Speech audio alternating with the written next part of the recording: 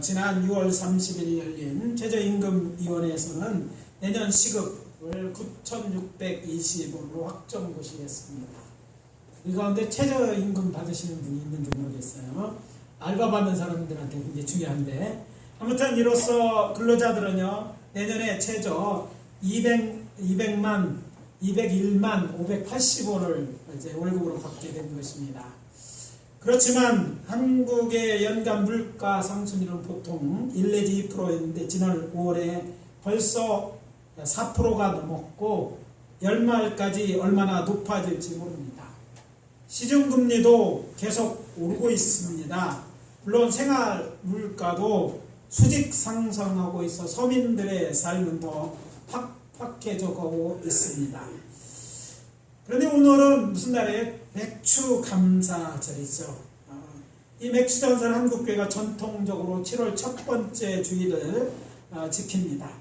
그러다 보니까 교인 중에는 우리 교회는 있다는 얘기는 아니구나. 교인 중에도 이런 사람이 있을 수 있습니다. 우리 사회가 농경사회도 아니고 보리는 건강식으로 정말 일부 농가에서 재배하는데 교회 전통을 따르는 것이 맞나? 불평이 있을 수 있을 것입니다. 그러나 하나님께서 여러분의 감사절을 명령하신 것은 우리를 어렵게 하기 위함이 아님을 알아야 할 것입니다.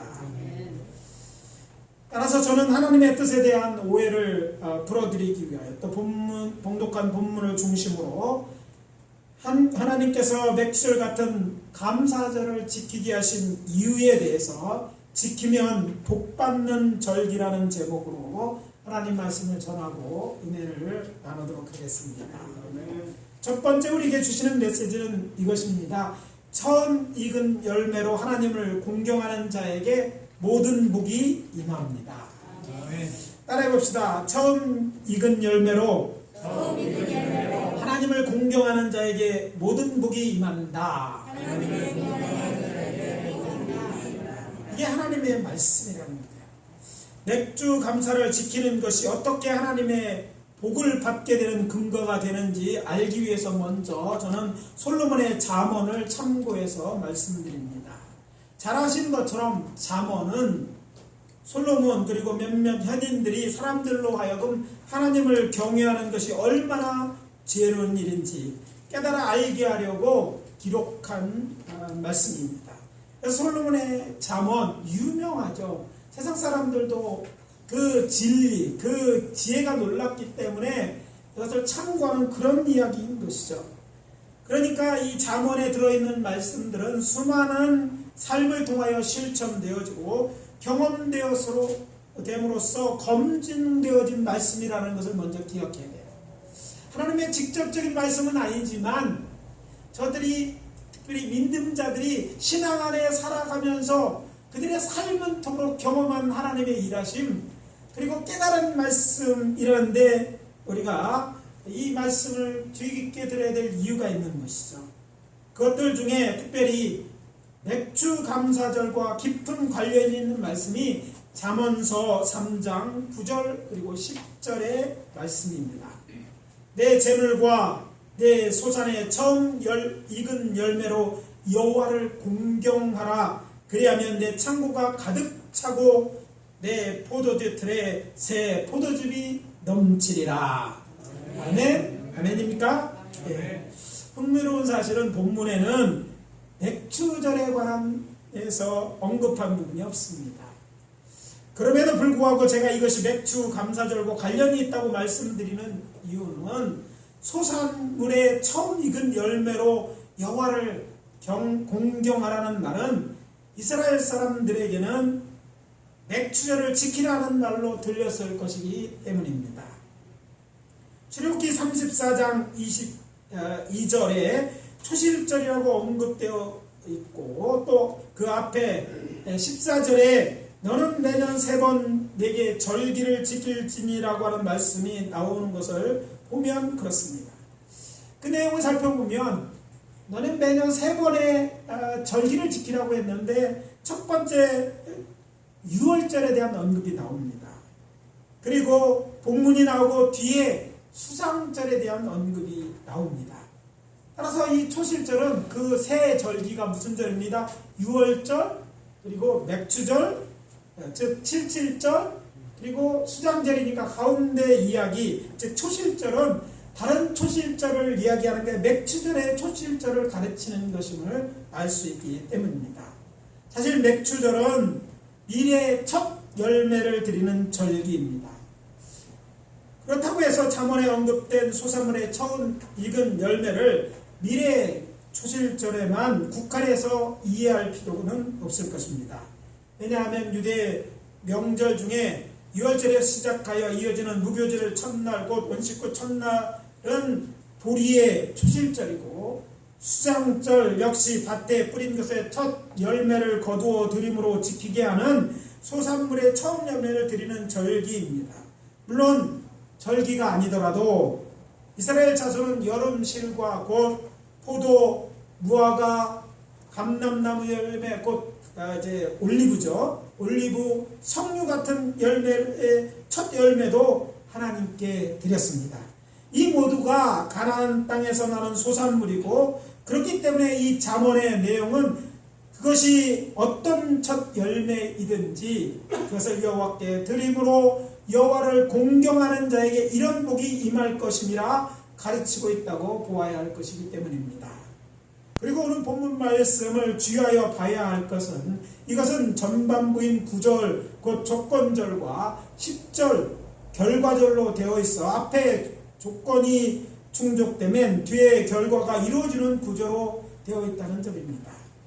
하나님께서 저들의 창고가 가득히 차고 포도주 틀에 새 포도즙이 넘치게 할 것이다, 이렇게 은유보로 표현되어 있지만 이것은 분명 여호와께서 복을 주셔서 그렇게 될 것이라는 가르침이죠. 또 이렇게 창고가 가득 차고 포도주 틀이 새 포도주가 가득하다는 것은 바로 어떤 말이냐면 복을 받아서 내가 이렇게 부하게 될 것이다 하는 내용이기도 합니다. 왜냐하면 이것은 신명기 28장 1절 8절에 그 뿌리를 두고 있는 말씀이기 때문입니다. 여호와 하나님께서는 자신의 말을 듣고 행하는 자에게 모든 복이 임할 것이라 약속하셨습니다. 그래서 여호와의 말씀 중에 오늘 앞에 있는 내용 그렇잖아요. 이 하나님의 약속을 지키죠. 뭐예요? 첫 열매를 하나님께 드리며 공경하는 자는, 그러니까 하나님의 말씀을 지키는 자에게 어떤 복이 많으냐에 대한 내용이 그걸 같다는 얘기죠. 뭐라고 약속하고 있습니까? 내가 내 하나님의 여호와의 말씀을 청종하면 이 모든 복이 내게 임하며, 자세한 내용은 말하지 않겠지만 그 내용 중간중간을 보면 성읍에서도 들에서도 복을 받을 것이며, 또 내가 들어와도 복을 받고 나가도 복을 받을 것이다, 이렇게 말씀하고 있잖아요. 물론 본문에 나오는 창고나 포도주들은 천국에 있는 하늘 창고를 가리키는 말이 아닙니다. 우리의 삶의 자리인 이곳에서, 이 세상에서 복을 받게 될 것이라는 약속의 말씀인 것이죠. 이 말씀 믿어주면 아멘. 아멘. 하나님께서는 모세를 통해 일찍이 출애굽한 이스라엘 자손에게 하나님이 받으시는 예물이 어떤 것인지 말씀하셨습니다. 출애굽기 25장 2절의 말씀을 소개합니다. 이스라엘 자손에게 명령하여 내게 예물을 가져오라 하고 기쁜 마음으로 내는 자가 내게 바치는 모든 것을 너희는 받을지니라. 기쁜 마음으로 드리는 자의 예물만 받아라. 이것만 참된 예물. 우리가 기쁨으로 첫 열매를 드리되 기쁜 마음으로 드리게 되어질 때 이것은 하나님이 받으실 만한 예물이 된다는 거예요.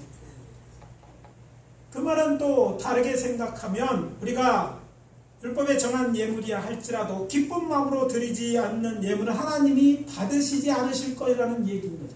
이 약속과 상관이 없다는 것이죠. 그리고 그럴 분은 없으시겠지만 높아심에서 말씀드립니다. 혹시 세상에서 사람들이 하는 주식이나 증권 또 땅에 투자하는 것처럼 생각해서 하나님께 소산물의 첫 열매를 드리는 분은 없어야 될 줄 압니다. 이 말은 이기적인 동기로 또는 하나님을 시험하는 도로 이용하지 말라는 것입니다. 왜냐하면 그런 행동은 하나님의 복이 아니라 화를 부르는 일입니다. 진정으로 하나님을 기쁘게 하는 마음으로 여러분이 여기 하나님의 명령하신 대로 여러분의 거둔 열매, 첫 열매를 하나님께 드려 하나님을 공경하신다면 분명한 것은 하나님의 말씀 이들에게 약속하신 모든 복을 더하여 주실 줄 믿습니다. 여러분의 받은 복이 있는데 그것이 무엇이든지 그 복 외에 다른 복을 더 주시겠다는 거야. 여기 신명기 28장 1절에 8절 모든 것이 형통하는 복입니다. 건강의 복이 있고 재물을 많이 걷는 것, 높아지는 복도 있고 여러 가지 복이 있는데 하나님의 말씀을 순종하는데 이런 것을 허락하신다고 되어 있어요. 그러니까 하나님을 공경하는 말 첫 열매를 드리는 자들은 뭐예요? 하나님은 모든 복을 주시되 특별히 여기 보니까 창고가 차고 넘칠 만큼 부어주시고 또 포도주 틀에 새 포도즙이 새로운 결실한 것들이 가득 차다가는 말씀은 물질적인 축복으로 가득하게 될 것이라는 것입니다. 어려운 때 사실요 없는 자만 서럽고 정말 힘듭니다. 사실은 있는 자는요 물가가 조금 올라도 그거 별거 아닙니다. 별거. 그런데 가난한 사람들은요 조금만 올라도 이제 힘들잖아. 하나님께서 우리들에게 정말 이 받은 복뿐 아니라 정말 부하게 하시는 축복을 주신다는 거예요. 이것은 하나님의 약속이고 그래서 이 맥주감사절을 우리가 지키는 것은요 이것이 우리에게 복이 되는 일이지 이것이 우리를 힘들게 하고 더 어렵게 한다는 마음이 아니라는 것을 읽어야 돼요. 하나님의 본 마음을 읽을 수 있는 사랑하는 성도님들 되시기에 예수 그리스도의 이름으로 축원합니다. 저는 그래서 떳떳하게 맥주를 지키자고 얘기합니다. 사실 저의 마음속에도 어렵고 힘든데 하는 생각이 들지만 하나님의 이 뜻을 알기에 정말 받아야 되는 복을 받고 그것이 넉넉하게 받아서 이런 것이 문제가 되지 않는 삶을 누리기를 원해서 이 절기를 지키고 또 이렇게 그 예배를 드리고 있는 것입니다. 둘째, 하나님께서 주신 토지의 소산을 드림으로 감사하는 제사이기 때문에 하나님은 복을 주시는 거예요. 따라해 봅시다. 맥주감사절은 하나님께 주신 토지의 소산을 드림으로 감사하는 제사이다. 출애굽기 23장에 보면 특별히 오늘 본문이죠. 23장 6절에 보면 여호와 하나님께서 맥주를 지키라 명령하시면서 이런 이유를 설명하고 있습니다. 이는 내가 수고하여 밭에 뿌린 것의 첫 열매를 거둠이니라. 여기서 놓치지 말아야 할 것이 있습니다. 들여진 열매가 열매를 드리는 자의 수고하여 밭에서 얻은 열매라는 거예요. 그러니까 여기에는 무슨 전제가 있냐면 저들에게 밭을 허락하셨다는 것과 수고할 수 있도록 허락하셨다는 것이 포함되어 있다는 거죠. 여기에 우리가 맥주제를 지켜야 하는 이유가 있습니다. 하나님께서 내가 수고하여 열매를 얻을 수 있도록 밭, 곧 기업, 또 요즘말로 하면 직장을 주셨기 때문에 감사한 거예요. 어떤 열매를 거뒀던 감사하지만 그 열매를 우리가 하나님께 드리기 수 있게 하기 위해서 하나님은요 그걸 먼저 주셨다는 거예요. 하나님이 우리에게 기업을 주셔서 그래도 우리가 뭔가 심어서 얻을 게 있었다는 사실을 잊지 말아야 돼요. 오늘 내가 어렵다는 것만 생각하지 말고 하나님이 우리에게 이미 주신 것 기업이 있고 그 기업 때문에 감사합니다. 저희 제 여동생이죠. 여동생의 아들이 대화다 이런 말을 이 얘기가 무슨 얘기를 하냐면 제가 제일 부러운 게 사원증 목에 걸고 커피점에서 커피 시는 거예요. 그 말도 깜짝 놀랐어요. 야 그게 그렇게 부러운 일인가? 직장에 있는 사람들은요 옆에 뭔가 할 것이 있는 사람들 이거 별거 아닌 것 같지만 그거를 구하는 젊은이들에게는 이게 꿈이고 로망인 거예요. 탁 걸고 왜 그걸 들고 다녀? 그거 말하지 말. 그건데 얼마나 고생했는데 이거예요. 나 직장이 있다 이거예요. 기업이 있다는 것 하나님의 큰 은혜인 줄 믿습니다. 여러분과 뭔가 얻을 수 있는 직장이 있다. 다 갖는 게 아니에요. 축복이에요. 그러면 그 소산물을 얻게 하려면 하나님이 먼저 너희에게 필요한 이것이 있는 줄 알고 그것을 허락하신다는 의미를 담고 있는 거예요. 저는 우리 사랑하는 제 직장을 구하는 자들이 하나님 맥주를 드릴 수 있게 하시옵소서 이렇게 선포했으면 좋겠어요. 왜? 직장을 주셔야지 소산물이 있는 거 아니에요?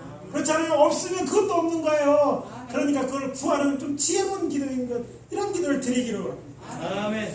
구약시대 히브리 농부들은 땅을 경작하는 것을 신성한 행위라고 생각했습니다. 마빈 윌스 유대 학자죠. 유명한 마빈 윌스의 그런 기독교와 히브리 유산이라는 책에서 한 말입니다. 그래서 그들은 신명기 26장 5절의 10절 말씀을 암송함으로 기도했다고 주장합니다. 거기에는 자신들의 조상은 방랑하던 아람 사람으로서 애굽에 내려가 거주하면서 거기서 크고 강도하고 번성한 민족이 되었는데 애굽 사람들이 자신들을 합당하고 부르짖어 기도했더니 여호와 하나님께서 불의의 음성을 들으시고 자신들을 기적과 이사로 애굽에서 인도하여 내서 이 땅 곧 젖과 꿀이 흐르는 땅을 주셨다. 그래서 여호와 하나님께서 그 주신 땅의 첫 열매를 가져와 여호와 하나님 앞에 두고 하나님을 경배하며 하나님께서 너와 내 집에 주신 복으로 모든 복으로 말미암아 레인들과 너희 가운데 거류하는 객과 함께 즐거워라고 말씀하셨기 때문이다. 그렇게 말하고 있어요. 가만히 생각해 보면 복잡하긴 한데 간단히 말하면 그들의 땅도 하나님이 거저주셨다는 것이죠. 땅을 주시고 얻을 수 있게 하시고 그를 거둘 수 있게 되었으니까 땅도 하나님이 주신 거예요. 그러니까 그 땅에 있는 소출을 얻었다면 마땅히 하나님 앞에 감사하는 것이 마땅하다는 것이죠. 제가 신명기 26장 10절 11절 말씀을 봉독해 드리도록 하겠습니다. 여호와여 이제 내가 주께서 내게 주신 토지 소산의 만물을 가져왔나이다. 만물이 아니라 만물. 하고 너는 그것을 내 하나님 여호와 앞에 두고 내 하나님 여호와 앞에 경배할 것이며 내 하나님 여호와께서 너와 내 집에 주신 모든 복으로 말미암아 너는 레위인과 너희 가운데 거류하는 객과 함께 즐거워할지니라. 토지 소산의 만물, 풀어서 말하면 뭐예요? 첫 열매를 드림으로 여호와 하나님을 예배하라는 말씀인 것이죠. 만물, 요즘 잘 안 쓰지만 첫 번째 나는 것을 말하는 것이죠. 기억하십시오. 우리에게 하나님께서 주신 기업이 있습니다. 농부에게는 그것은 땅 곧 논이나 밭이 될 것이고 기업가, 사업가에게는 회사나 가게 그리고 직장인들에게는 직장이 될 것입니다. 그리고 주께서 우리에게 주신 기업으로부터 얻은 소득이 있을진데 그 첫 열매를 하나님께 드리고 하나님께 감사로 예배하는 일은 당연한 일이 아니겠습니까? 어디 그뿐입니까? 농사를 지어보신 분들은 잘 아시는 일이라 말씀드립니다. 땅이 있고 그것에 무엇인가 농작물을 심었다고 해서 다 풍성한 열매를 거둘 수 있는 것이 아니지 않습니까? 하나님께서 때를 따라 비를 주시고 적당한 햇볕과 그리고 바람이 불어야만 풍성한 열매를 거둘 수 있는 것입니다. 그래서 농사는 하늘이 도와주셔야 한다고 믿는 것입니다. 내가 열심히 한다고 풍성한 수확이 보장된다는 것이 아니란 말입니다. 따라서 오늘 풍성한 열매를 거두었다면 곡식을 심을 땅을 주시고 농사에 필요한 모든 것을 때를 따라 적당히 공급해 주신 하나님께 우리에게 주신 밭에 수고에 얻은 첫 열매를 드림으로 감사하는 것이 마땅합니다. 우리에게 주신 하나님의 복을 헤아려 하나님께 감사함으로 하나님을 기쁘시게 하고 영화롭게 합시다. 감사는 새로운 감사를 낳고 또 다른 감사의 제목을 만들고 우리로 하나님의 축복을 받아 누리게 합니다. 그래서 감사하는 거예요. 그러므로 하나님께 감사하며 이웃과 함께 즐거워하는 저와 여러분들 다 되시기를 예수 그리스도의 이름으로 축원합니다. 마지막으로 하나님의 명령을 지켜 행하는 자만 복을 받습니다. 따라해 봅시다. 하나님의 명령을 지켜 행하는 자만 복을 받는다. 정말 하나님의 오늘 말씀처럼 하나님께 감사하는 우리에게 복을 주실 거라고 믿습니까? 아멘. 정말 그렇다면 여러분이 거둬들인 소산물의 첫 열매를 하나님께 드리십시오. 아멘. 이런 결단이 있어야 돼요. 쉽지 않습니다. 이 어려운 때 열에 하나를 드리고 첫 소산물을 드리는 거 이거 뭐 부담되는 일이 틀림이 없어요. 육신은 그렇게 말할까? 야, 분명히 열에 하나 드리면 9이가 되고 또 오늘 초산물이 되면 그나마도 없는데 이것까지 하나님이 달라고 하시냐? 이런 생각이 들 수 있어요. 그렇게 생각이 들지라도 여러분 그래도 드릴 수 있게 되시기를 원합니다. 물론 우리는 늘 액수를 생각해요. 여러분이 하시는 최선이면 됩니다. 하나님이 없어서 여러분에게 내놓으라는 것은 아니잖아요. 여러분이 받은 것의 첫 열매, 청성껏 준비해서 드리는 거예요. 그것이 뭐 다 내라, 첫 열매 다 드리면 좋겠지만 하나님 기뻐하지만 하나님 우리 형편을 아는데 그거 시험 들며 그렇게 하지 말고 적지만 하나님의 것으로 하나님이 주신 거 알고 드리는 그런 마음이 있어야 되는 거예요. 중요한 건 드려야만 된다는 거예요. 그런 마음을 갖는다는 거, 그렇게 생각하는 것으로 충분하지 않습니다. 마음만 먹는다고 그렇게 생각하는 것으로 하나님은 그것을 퉁쳐서 너에게 내가 그래도 네 마음 먹고 기특해서 주겠다 이렇게 하지 않았어요. 하나님은 이미 말씀하셨어요. 이걸 수정할 수 있는 게 아니에요. 하나님은 말씀하시고 약속하신 것이라 이 약속대로 해야만 받을 수 있는 분인 거예요. 그러면 어떻게 됩니까? 그것이 하나님의 진실한 말씀이라고 믿는다면 우리는 그렇게 행동해야 돼요. 오늘 본문의 약속 조건절과 결과적으로 되어 있잖아요. 우리가 조건절을 이행하지 않으면 하나님께서도 결과적을 지킬 수 없음을 잊지 마시기 바랍니다.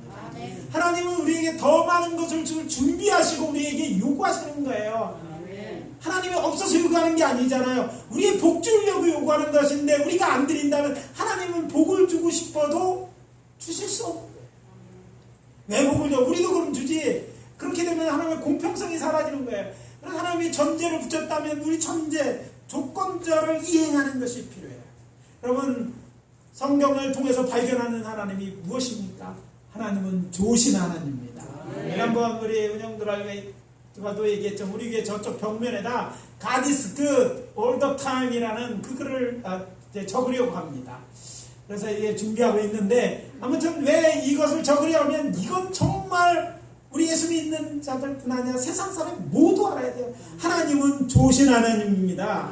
하나님은 정말 좋으신 하나님이에요. 저의 신앙생활을 통해서 보고 또 많은 믿음의 선진들이 이구동성으로 하는 말은 하나님은 좋으신 하나님이라는 거예요. 성경이 그렇게 말하고 있고 우리의 삶에서 경험할 수 있는 것이에요. 그런데 그 하나님이 우리에게 뭔가 명령하셨다면 그것은 우리에게 나쁜 일이 아니라 좋은 일이라는 거예요. 좋은 것을 주시려고 우리에게 그렇게 명령하셨다는 거예요. 하나님이 누구입니까? 우리를 사랑하신 하나님이요 참으로 좋으신 하나님이십니다. 따라서 그분의 명령은 선하고 그 명령을 지키는 자에게 그것은 복이 되는 말씀인 것입니다.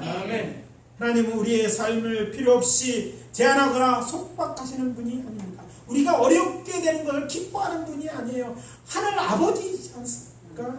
그것도 좋으신 아버지가 왜 자녀가 고통당하는 걸 기뻐하겠어요? 따라서 이것은 우리로 자유하게 하고 안전하게 하고 행복하게 하기 위한 명령인 것입니다. 우리는 사탄이 우리 모르게 뿌려놓고 가는 그분의 명령과 계명에 잘못된 인식을 버려야 합니다.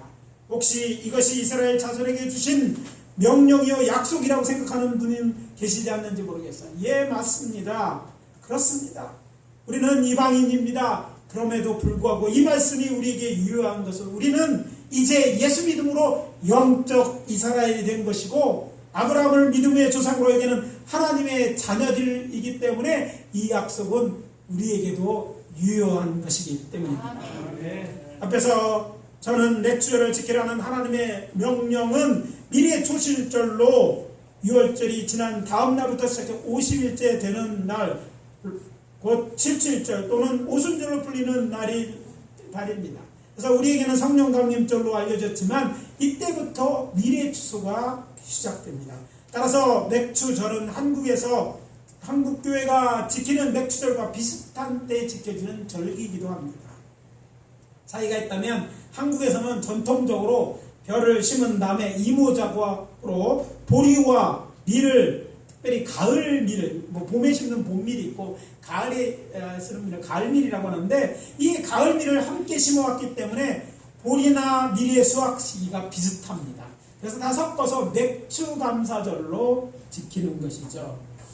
그리고 우리나라에서 밀은 소맥이라고 하고 또 보리를 대맥이라고 불리지 않습니까? 그래서 뭐 같은 내용인 것이죠. 근데 이스라엘에서는 보리하고 밀은 다른 거죠. 보리가 먼저 재배되고 나서 그 다음에 이제 밀이 재배되는 것이고 우리처럼 쌀이 주식이 아니라 밀이 주식이기 때문에 특별하다고 생각할 수 있습니다.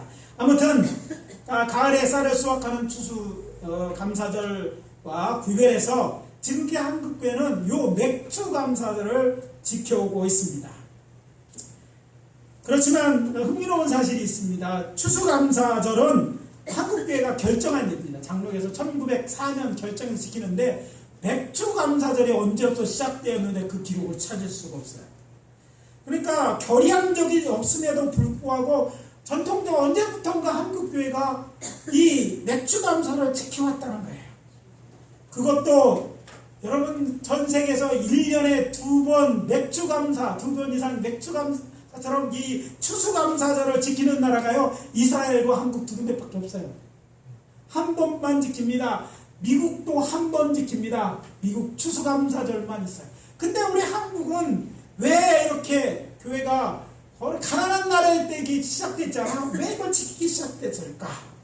사실 그럼에도 불구하고 우리나라의 이 맥추감사절을 지켰고 지켜주는 것은요 한국 선교 초기에 보리와 밀의 수확이 주는 의미가 한국인에게는 매우 특별했기 때문입니다.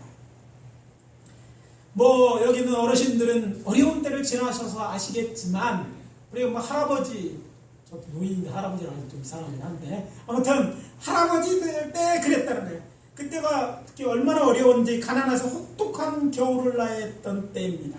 당시 한국에는 보릿고개라는 말이 있을 정도로 중국이 때 많은 사람들이 좁은 모피 있잖아요. 나무 껍질을 메고 이걸 했는데도 그것도 먹을 것이지 굶어 죽기가 다만사였어요. 수많은 사람이 겨울을 나고 보니까 이미 죽어 있었던 거예요. 많은 사람이 굶어 죽던 그 시절이기 때문에 그때 보리와 밀을 수확한다는 것은요 이제 먹을 양식을 얻게 되어서 굶주린 배를 채울 수 있게 되었고 목숨을 연명할 수 있게 되었음을 의미했기에 보리나 밀을 수확하고 하나님께 감사함으로 이 절기를 지켰다고 볼 수 있습니다. 그러니까 우리가 생각하는 것보다 더 이 맥추감사는요 그 내용이 더 알고 보면 너무 구구절절해. 너무 마음에 와닿는 일인데 그게 우리나라에게는 현실이었어요. 정말 그때까지 살아남아서 이 보리라도 그 수확을 먹을 수 있다는 건 그들에게 정말 복음이었고 너무나 기쁜 일이었기 때문에 하나님 앞에 감사할 제목이었던 거예요.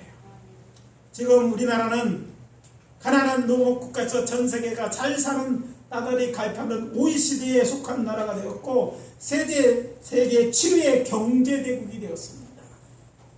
통일교가 개발된 이후 쌀 생산량이 급격히 늘었고 농업 기술도 많이 발전하고 식생활도 많이 바뀌어 쌀 소비량도 줄어들어 쌀이 남아도는 지경이 되었습니다. 올해는 쌀값이 계속 떨어진다고 하더라고요. 45,000원도 지금 못 버틸 거라고 얘기할 만큼 쌀이 막 지쳐진 거죠. 남아도는 거예요. 그래서 이때만 생각하지 말아야 되는 거예요. 우리는 그렇지 않은 때를 지나왔다는 것이죠. 또 그러다 보니까 농촌에서는요 밀이나 보리를 재배하는 농가가 많지 않습니다. 그럼에도 불구하고 교회가 맥추 감사에 대한 거부감이 있는 것도 사실입니다. 그렇지만 2차 세계대전이 끝나자 새로이 탄생된 거나 또 독립한 국가가 85개국에 이르지만 산업화와 민주화에 성공한 나라는 유일하게 한국입니다. 1950년대만 해도 세계 최빈국으로 160개국 중에 조사 159위 꼴찌에서 두 번째로 최빈국이어서 먼저 봤던 나라에서 이제는 다른 나라를 원조하는 나라가 된 것은 우리 부모 형제가 열심히 일한 것도 있지만 저는 하나님의 특별한 은혜와 축복이 있었기 때문이라고 믿습니다. 저는 개인적으로 그렇게 많은 우리 믿음의 사람들 그렇게 생각하는 하나님의 축복 그거 외에는 답이 없어요. 우리나라는 5,000년 동안 수많은 외침을 당했고 계속해서 국민은 가난했어요. 자살했던데 기억이 안 날 만큼 없었어요. 그런데 그 기간 동안 왜 이렇게 복을 받고 큰 나라가 되고 복받은 나라가 될 이유는 한가해. 그 전과 이후의 차이는요, 복음이 들어오고 아닌 것은 나눠져 있기 때문에, 구원말에 복음이 들어오면서 선교사들이 들어오고 선교사들이 들면서 교회가 세워졌는데, 그들이 기원해서 이 교회가 부흥할수록 또 이 사람이 번성됐단 말이에요. 바울을 싣고 간 배가 유럽의 부흥을 가져왔다, 이런 말도 있잖아요. 유럽이 잘 살지 못했어요. 그러나 바울이 복음을 들고 들어갔을 때 유럽이 부흥하고 강한 나라, 지금까지도 강한 나라가 된 것은 복음이 있었기 때문에. 이거는 교회에서 이야기하는 얘기만이 아닐 거라고 생각합니다. 생각해 보십시오. 변한 게 없어요. 우리 민족이 변해서 우리 국민성이 변했으니까 변한 게 없는데, 외부가 그러면 외부의 우리를 엇박하고 빼앗는 사람이 약해졌습니까? 우리 늘 말씀드리지만 우리나라 주변에 있는 전 세계 4대 불량국가는 다 모여 있어요.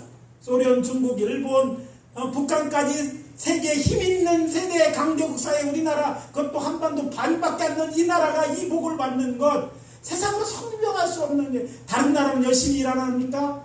함에 물론 제대로 아는 사람도 있겠지만 함에도 이 축복이 주어지는 것이 아닌데, 복을 받은 것은 하나님께서 이 땅에 교회가 세워지고 저들이 기도하고 저들이 예물을 드리고 하나님을 기뻐했기 때문에 이 나라를 축복하신 줄 믿습니다. 하나님이 축복했기 때문에 가능했다면, 하나님이 축복하신 가장 그들이 배 고르는 데서 해방하는 이것을 감사하는 이 절기가 왜 없어져야 되고, 오히려 하나님의 그 은혜를 기억하는 절기가 되어야 된다고 저는 생각하기 때문입니다. 이 땅에 복음이 들어와 교회가 세워 총자가 늘어나면서 일어난 기적입니다. 따라서 한국교회는 하나님께서 베풀어 주신 이 은혜를 기억하고 감사해야 마땅합니다. 그래서 강건합니다. 주의 축복이 담긴 이 거룩한 하나님의 명령을 기쁨으로 준행하는 자들이 됩시다. 이 말에 동의하시는 분들은 큰 소리로 아멘. 이제 오늘 말씀 정리합니다. 오늘 성찬식이 있어서 말씀을 짧게, 이게 짧은가? 아무튼 처음 열매로 하나님을 공경하는 자에게 모든 복이 임합니다. 그럼 복 받기 원하십니까? 그렇다면 처음 열매로 하나님을 공경하십시오. 하나님이 그것이 어떤 것이 너무 잘 알아요. 얼마나 안타까움 받고 정말 이거 써도 부족한데 드리는지 그 마음을 아셔요. 그러나 주의 말을 순종해 보십시오. 하나님은 신실하신 분입니다. 그래서 약속하신 대로 복을 주실 것이고, 그럴 일은 없겠지만 안 되면 하나님께 따지십시오. 여러분, 따질 일이 없을 때 될 줄 믿습니다.